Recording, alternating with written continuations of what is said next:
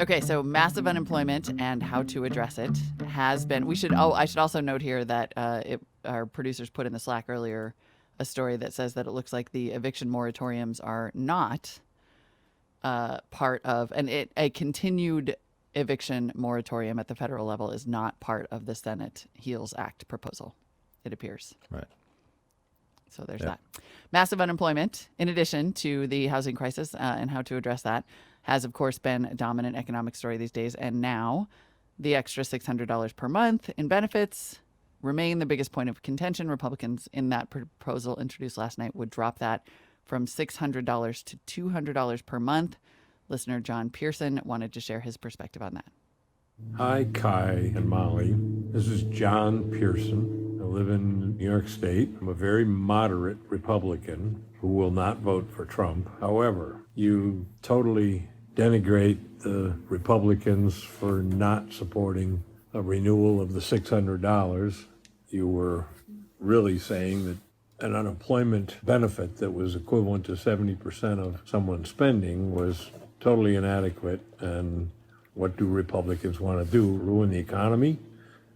It's a difficult thing. I sincerely believe that we need to send some money to the states, and I sincerely believe that we need to be generous with the unemployment. However, that extra $600 does make it so people don't want to go back to work. It also is way more money than we can afford. We can't keep having these multi-trillion-dollar spending packages. So, Mr. Pearson, thanks for your thoughts, sir. I appreciate them. I think we also ought to consider that maybe people aren't going back to work because there aren't jobs out there or they don't want to risk their health for jobs. I think that has to be factored into the equation. And there's actually some work that's shown that that's actually what's happening.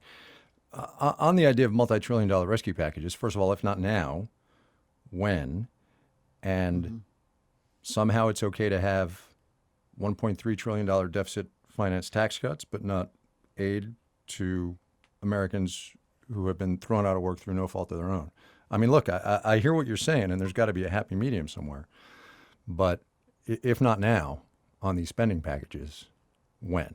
Because when this goes away, and look, it's going to be 2 weeks at best before there's a deal, and we're going to feel that gap. We're going to feel that gap in the numbers and in economic performance. But, you know. Yeah. I mean, listen, I couldn't agree more that we can't, or more importantly, shouldn't keep having multi-trillion-dollar spending packages. I think there's a real strong argument that we could have had like one that was combined with a coordinated public health response that would have actually knocked the virus down. And instead, and you know, I mean, I think people agree that one of the only things that was done well in this country in response to this virus was the economic support. Even though big parts of it were not done well, it made a big difference and could continue to make a big difference if combined with a coordinated public health response that will actually knock the virus down. Without that, then we're in a situation where we're not knocking the virus down and we're not supporting workers at a level that will keep them in their homes and keep them fed. I mean, that's literally what we're talking about with something. So if a small number of people are not going back to work because of that extra $600, and evidence suggests that when they have the opportunity to safely return to work, they'd rather do that.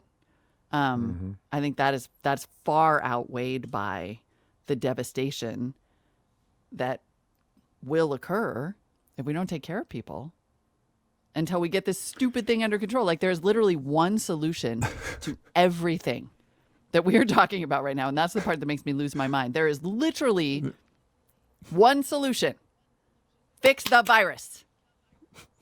Like, it's just embarrassing at this point. It's just embarrassing. One solution. So with you. I do not want another multi-trillion-dollar spending package because we shouldn't need it. God. We should have. Just all angry now. We should. I'm not yelling at you, John. I'm super stoked that you called us. Well, that's what I was just going to say. We should have more like this. Call us on our stuff, right? We say stuff on this podcast, and all y'all ought to call us on our stuff. For real. Yeah. And it's a perspective. Like, I'm not going to, it's, of course, it's a perspective. We talk to, you know, I mean, the goal at Marketplace is to talk to people every day who are living in this economy. And so John, I'm thrilled that you called us with this perspective.